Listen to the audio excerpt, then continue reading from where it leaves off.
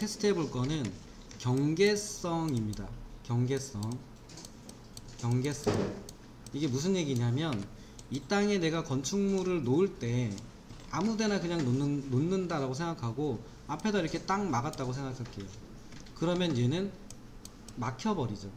외부에서는 얘가 건축물이 이렇게 보일진 모르겠는데 막혀있는 느낌이고, 안쪽에 숨어져 있는 내부 공간을 가질 수 있는 경계성이 생기죠.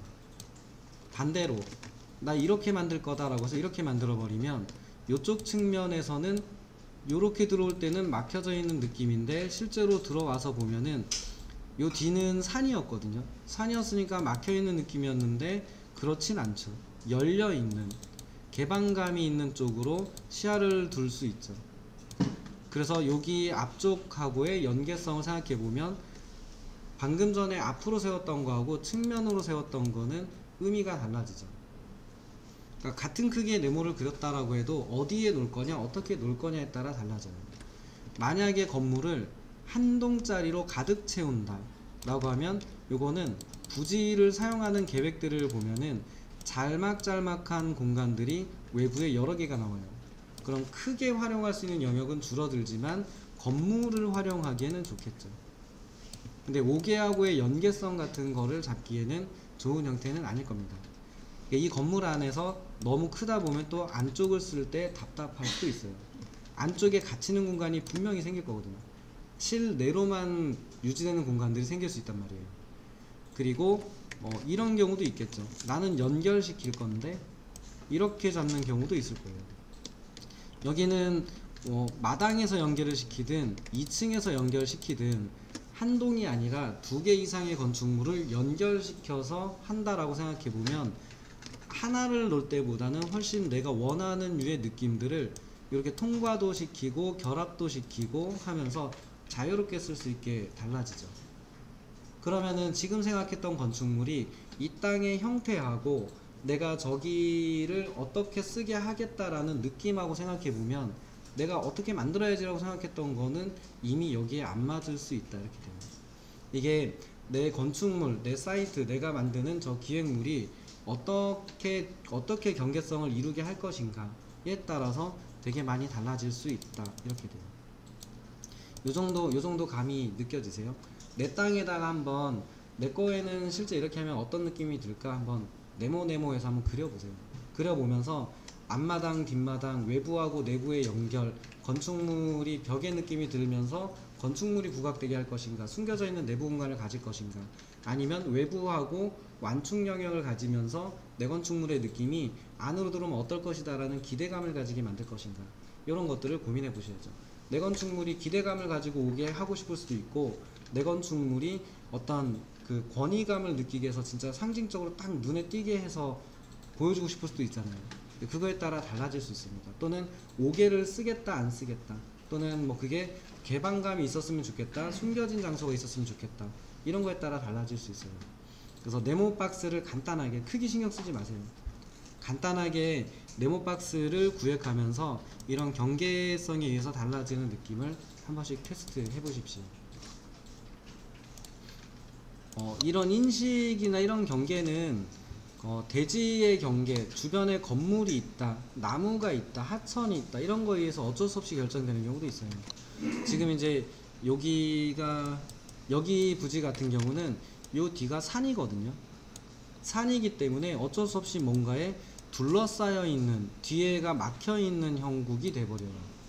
그러면 얘는 이 막혀져 있는 영역을 요렇게 붙여버리면 요 뒤는 답답해진다고요. 그러면 여기를 앞쪽으로 이렇게 띄워서 한다 그러면 안쪽이 감싸져 있는 영역의 느낌이 돼버려요. 그러면 안정감이 드는 영역, 이런 식으로 쓸 수도 있어요. 답답하다가 될 수도 있지만, 뭐 조그맣게 해놓으면 답답하겠지만 적당히 좀 활동할 수 있는 범위로 해놓으면 안정감이 들 수 있는 영역을 만들어 쓸 수도 있다, 이런 것도 돼요. 마찬가지로 이 앞쪽은 지금 천이 있거든요. 이 천이라고 하는 거는 열려는 있어요. 그러니까 눈으로 봤을 때 열려는 있는데 실질적으로는 막혀 있는 겁니다. 왜냐면 접근이 안 되잖아요. 그렇게 생각해 보면 여기도 산과 강에 둘러싸여 있다라고 보고 설계할 수도 있습니다. 이렇게 볼 수도 있어요. 접근성이라는 면에서 보면은 여기도 막혀 있는 거네 라고 인식하고 설계할 수도 있습니다. 저런 식이에요. 또는 이런 경우도 가능하죠. 여기가 다 열려 있고 여기도 다 열려 있는데 나는 뭔가 우리끼리 하는 안쪽에 들어와야만 느낄 수 있는 무언가를 기획하고 있어요. 여기서 이제 비밀스럽게 라는 느낌은 좀 그렇지만 외부에 안 보였으면 하는, 노출되지 않았으면 하는 뭔가가 들어있는 설계를 한다고 생각해 보면 건물로 감쌀 수도 있는데, 건물이 아니라 건물의 규모나 형태를 보니 좀 커야 돼서 어쩔 수 없이 넓은 영역을 썼다고 치면 내가 인위적인 경계를 만들어 줄 수도 있죠. 조경이나 담장이나 이런 걸 써서 인위적으로 경계를 만들어서 쓸 수도 있습니다. 그러니까 이쪽으로는 쉽게 접근하지 못하게 작은 언덕을 만들어주고 나무를 심어버리는 거예요.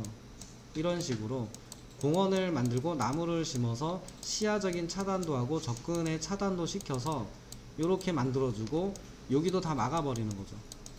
이런 식으로 막아서 쓰게 되면은 얘로 인해서 감싸져 있게 되죠. 그럼 건축물은 그냥 지어도 자연스럽게 내가 원하는 영역이나 공간감이나 이런 걸 가질 수 있게 만들 수도 있게 되죠.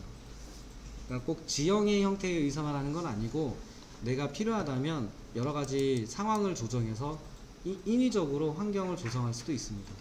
그렇다는 얘기는 나는 어떤 게 필요한가를 고민해 보셔야죠. 나는 내 건축물은 어떻게 구축되기를 기대하는가, 이게 있어야겠죠. 경계성, 어떤 경계성을 가지는 게 내 건 좋은가, 그거에 대한 결정은 해야 된다, 이렇게 돼요. 첫 번째로 했던 게 이제 경계성을 어떻게 할 것이냐에 따라서 달라질 수 있을 것이다를 했고요.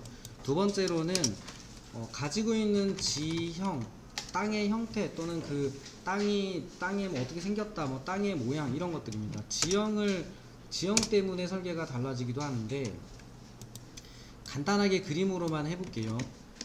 단면으로 땅을 잘랐더니, 단면도로 땅을 잘라봤더니 내 땅이 이렇게 생겼대요. 뒤쪽에는 언덕이 좀 있고요, 높이 차이가 좀 있는 땅이고, 이렇게 생겨 있고 앞쪽에는 물이 있대요. 이렇게. 그래서 이게 높이 차이가 산이 아니어서 적당히 깎아서 쓰면 되는데 내 땅이 여기서부터 여기까지래요. 예를 들면 여기는 도로고 단면입니다. 단면.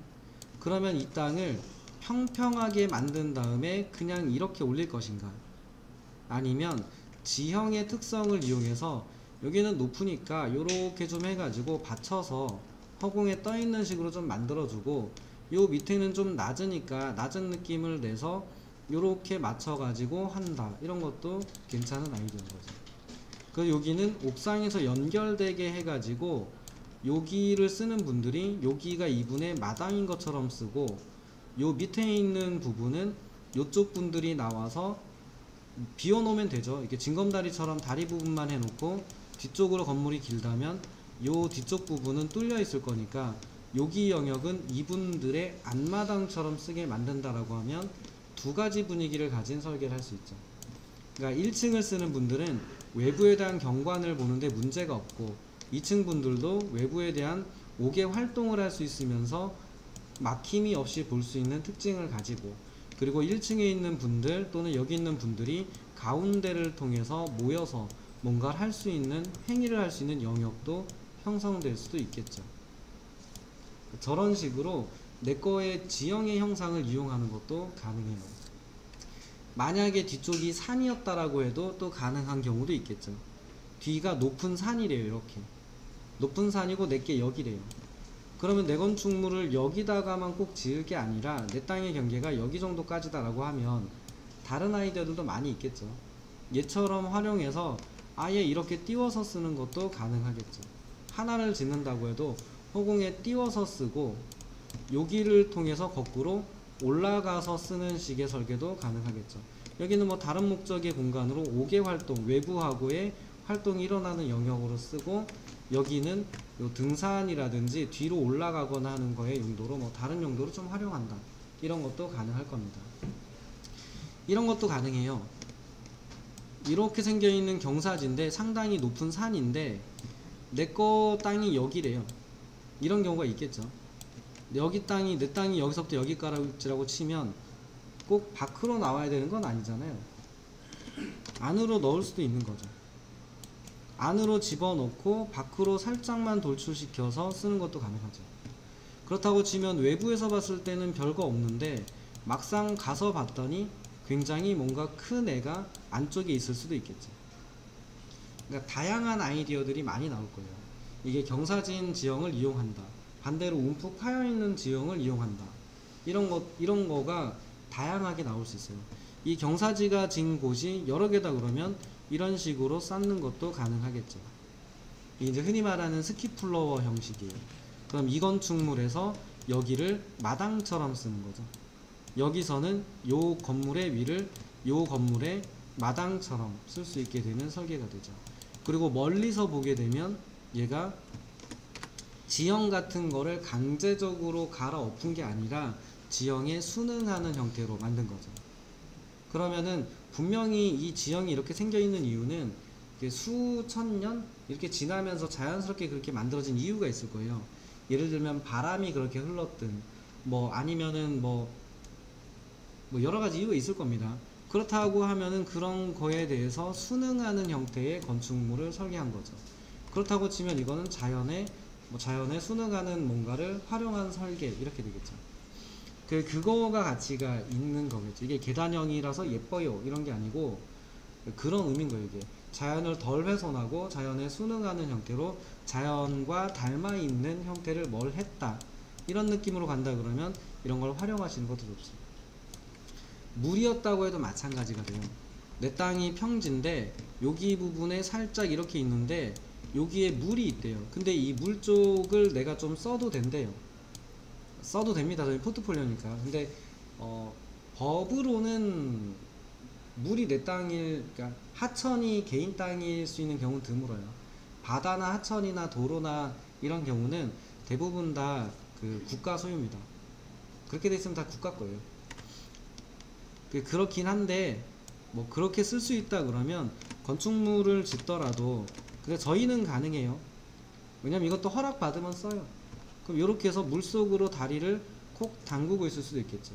그럼 이쪽을 쓰는 사람들은 물 위에 떠 있는 기분을 느끼겠죠. 여기다 창문 좀 내주고 여기다 창문 좀 내주고 하면 물 위에 떠 있는 형태가 되겠죠. 이게 그 한국의 정자 건축물이 저런 식이죠. 이런 식입니다. 그래서 이제 저런 류를 쓸 수도 있다요. 그 여기서 이제 내려갈 수 있는 뭔가 이렇게 내려갈 수 있는 계단 같은 거 정도만 이렇게 좀 해놓고 여기 잠깐 머무를 수 있는 공간, 잠깐 뭐 산책한다든지 앉아서 쉴 수 있는 공간을 좀 꾸며 놓으면, 그러면 또 요것 또한 다른 의미가 되겠죠. 근데 이게 옆으로 연결될 수 있는, 밖으로 나갈 수 있는 뭐 산책로 같은 거랑 연결할 수 있다 그러면 또 다른 뭔가가 이루어지기도 하겠죠. 그래서 저 조건들을 잘 살펴보셔야 돼요. 무조건 평지로 만든다, 무조건 뭐 그 경사지니까 뭐 못한다, 이런 게 아니고 이런 부분들을 잘 활용할 수 있게 해보는 것도 도움이 됩니다.